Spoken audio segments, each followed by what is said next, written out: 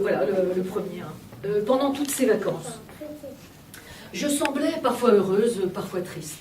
Je ne faisais pas attention aux couleurs du ciel, à une indéfinissable couleur de l'air, à mes doigts aux articulations gonflées. Mes pensées étaient indifférentes, égales, insistantes parfois sur fond de fresques antiques. L'antienne murmurait que j'étais d'un temps d'avant, d'un temps des débuts et des mises en place.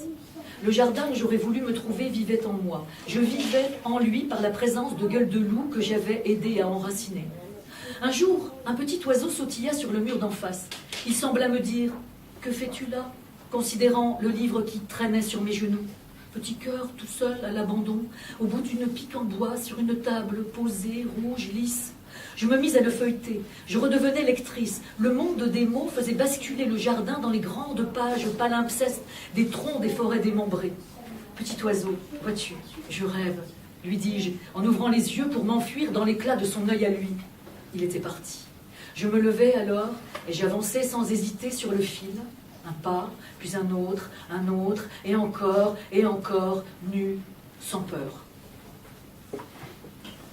Peau tam-tam du poème. Opéré, percuté par la foule des mots, peau tendue sur laquelle il danse et chante et se percute, se choque et s'électrise, pour laisser entrevoir dans l'épuisement des gestes, à la vibration palpitante, la rencontre rendue possible de la courbe et de la droite, désespérée et insensée de quelque chose là, sur les ailes du désir, du frémissement, de la fièvre, de la beauté d'un monde dans l'infini des instants.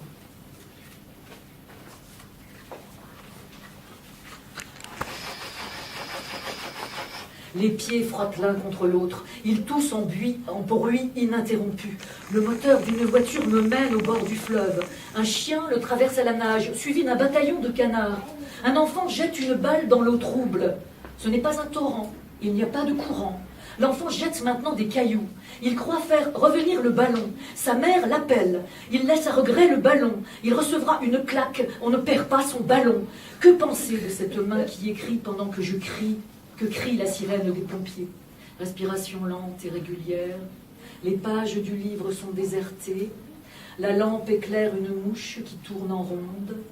Papier froissé pour pupilles fatiguées. Elles ne perçoivent plus qu'une lueur par le trou de la serrure. Je ne sais pas quelle heure il est.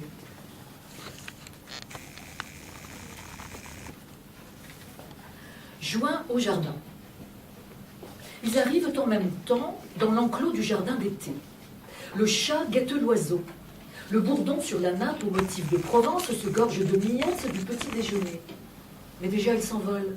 Et le chat est parti, aussitôt apparu parmi les herbes hautes, les orties embrassées. Voilà la pie qui rôde, va-t-elle s'emparer de mes boucles d'oreilles? À nouveau des nuages. Et c'est la coccinelle aux élytres ouverts, suivie de pas très loin par les purs dialogues des merles amoureux. Je continue d'écrire et de rêver. Les secs battements d'ailes des pigeons d'en face ne me dérangeront pas.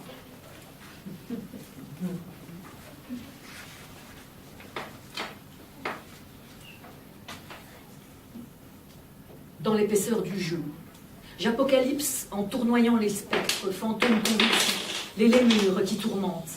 Je couds des chants aigus.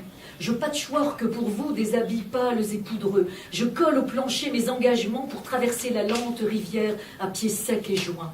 Je monte le gâteau poétique qui se déforme. J'assemble en grimaçant des rêveries épaisses. Je tumulte mon monde rendu à son grumeleux chaos caoutchouteux. Puisse Dieu me donner le temps de tresser un collier, enfin, de ces jets qui lancent des vers en appui sur le jeu.